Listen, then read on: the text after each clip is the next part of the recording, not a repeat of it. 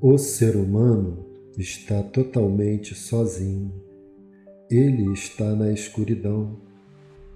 Está sem amparo e sente inseguro e temeroso. Essa solidão é a sua preocupação.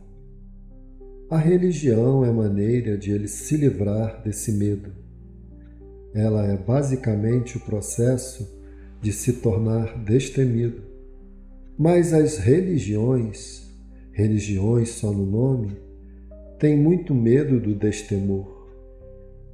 O apoio que oferecem e a própria existência dessas religiões dependem de que haja medo no coração dos homens. O próprio medo é o seu alimento e seu sangue. Um clima de destemor anunciaria o fim das religiões e do seu meio de subsistência. O medo do homem é algo muito explorado.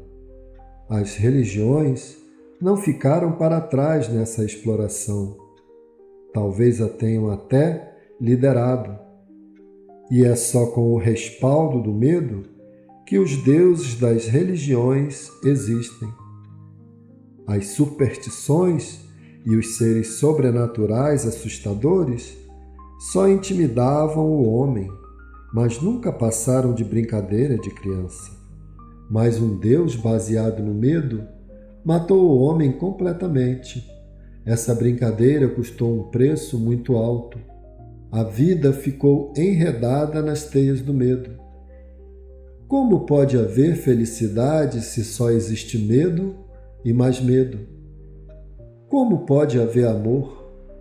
Como pode haver paz? Como pode haver verdade? A felicidade é o resultado do destemor. O medo é a morte, o destemor é a vida eterna.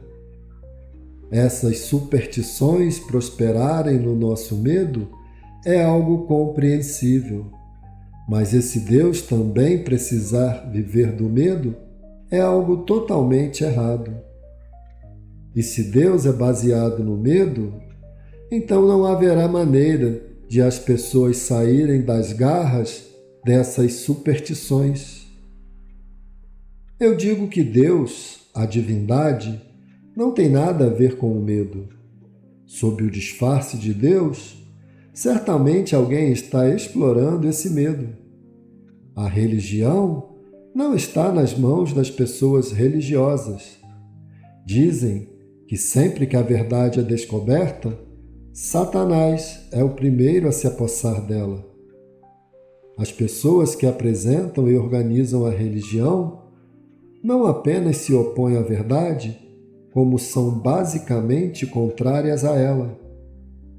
A religião sempre esteve nas mãos dos inimigos da verdade. E se esse fato não for reconhecido a tempo, o futuro da humanidade não será nada bom, nem valerá a pena. É preciso salvar a religião, não das pessoas irreligiosas, mas dos chamados religiosos. E, sem dúvida, essa é a tarefa mais difícil e mais problemática. Enquanto a religião for baseada no medo, ela não pode ser uma religião de verdade. A base da divindade é o amor. Ela não tem nada a ver com o medo. O ser humano precisa do Deus do amor. Não há outro caminho para a divindade que não seja o amor. O medo não só é um erro, como também é um assassino. Porque onde há medo, existe o ódio. E, portanto, onde há medo, o amor não é possível. A religião prosperou no medo, e dessa forma, seus templos foram lentamente destruídos. Os templos são para o amor, não podem existir templos do medo. O medo não tem templos, tem apenas prisões. Eu pergunto, os templos religiosos são templos ou prisões? Se a religião é baseada no medo, então os templos são prisões. Se a religião se baseia no medo, O próprio Deus não pode ser mais do que o chefe dos carcereiros da prisão. O que é a religião? É o medo do pecado, do castigo, do inferno? Ou é ganância praticar boas ações em troca de recompensas celestiais? Nada disso. A religião não é nem medo, nem ganância. A ganância é simplesmente uma extensão do medo. A religião é destemor. Religião é liberdade de todos os medos. Aconteceu há muito tempo. 2 irmãos moravam numa pequena cidade. Eram as pessoas mais ricas da cidade. Talvez o nome da cidade fosse Cidade das Trevas. O irmão mais velho era muito religioso. Todos os dias ia ao templo, doava dinheiro a instituições de caridade e fazia boas obras. Ouvia pregações e discussões sobre religião. Sentava na companhia dos santos e pessoas respeitáveis. Por causa dele, os santos se reuniam diariamente em sua casa. Por causa de toda a atenção que dava a Deus e aos santos, ele se achava no direito de ir para o céu na vida após a morte. Os homens de bem e os santos tinham-lhe explicado que as Escrituras confirmavam isso. Escrituras compiladas por homens de bem e santos, assim como eles. Por um lado, ele explorava as pessoas e acumulava riquezas, e por outro, dava dinheiro a instituições de caridade e praticava boas ações. Ninguém vai para o céu sem as intenções de caridade. Não há riqueza sem exploração. A riqueza deriva do oposto da religiosidade, e as religiões dependem da riqueza. Esse homem explorava as pessoas e os homens respeitáveis, e os santos o exploravam. Os exploradores sempre travaram grandes amizades uns com os outros. Mas o irmão mais velho sempre teve pena do mais novo, que não era bom em acumular riquezas, e, consequentemente, também era incapaz de acumular religião. Seu comportamento cheio de amor e verdade era um empecilho para que chegasse a Deus. Ele não ia ao templo, nem conhecia o beabá das Escrituras. A situação desse homem era certamente digna de pena, e seu saldo bancário no outro mundo estava negativo. O irmão mais novo costumava evitar os santos e homens respeitáveis, assim como se evita uma doença contagiosa. Quando os santos entravam na sua casa por uma porta, ele saía pela outra.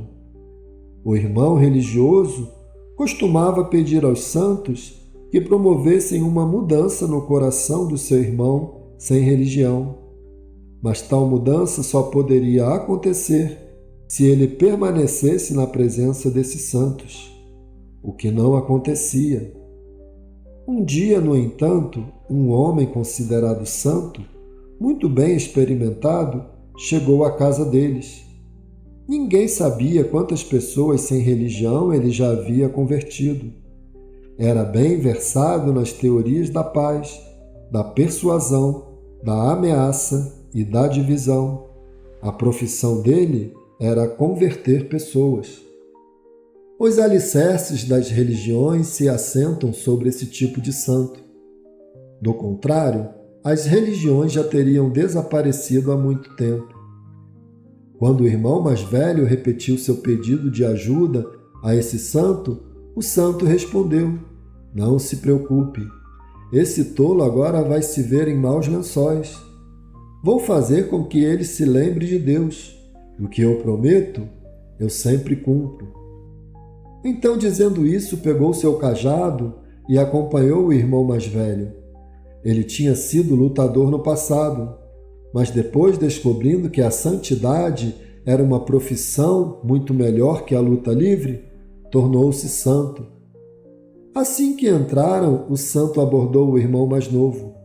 Não só o abordou, como também o derrubou no chão e sentou-se sobre o peito dele.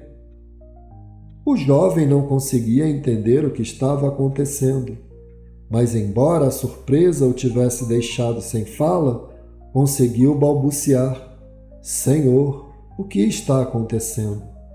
O santo respondeu: uma mudança de coração. O jovem riu e disse: Por favor, saia de cima de mim. É desse jeito que se muda o coração de uma pessoa? Por favor, tome cuidado, você pode me machucar. O santo disse: Não acreditamos no corpo, acreditamos em Deus. Apenas diga Rã, e o deixarei em paz. Caso contrário, você vai descobrir que não há ninguém pior do que eu. O santo era um homem muito generoso e, portanto, pelo bem do jovem, chegou ao ponto de batê-lo. O jovem disse: Qual é a relação entre medo e Deus? E Deus tem um nome? Nem vivo nem morto vou dizer Rã, enquanto estiver sendo tratado assim. E então o jovem empurrou o santo para longe. Quando caiu, o santo gritou: Maravilha! Você já disse o necessário. Mesmo dizendo não direi Rã, já pronunciou o nome dele. O irmão mais velho ficou muito irritado porque ele tinha empurrado o santo, mas ficou absolutamente encantado com o modo como o santo tratara a questão. Ele tinha feito o irmão ateu pronunciar o nome de Deus. A glória do nome de Rã é tão grande que pronunciar seu nome, mesmo por engano, leva a pessoa para além do oceano desta vida. Naquele dia, ele organizou uma festa para toda a cidade. Afinal, o irmão mais novo tinha se tornado um homem religioso.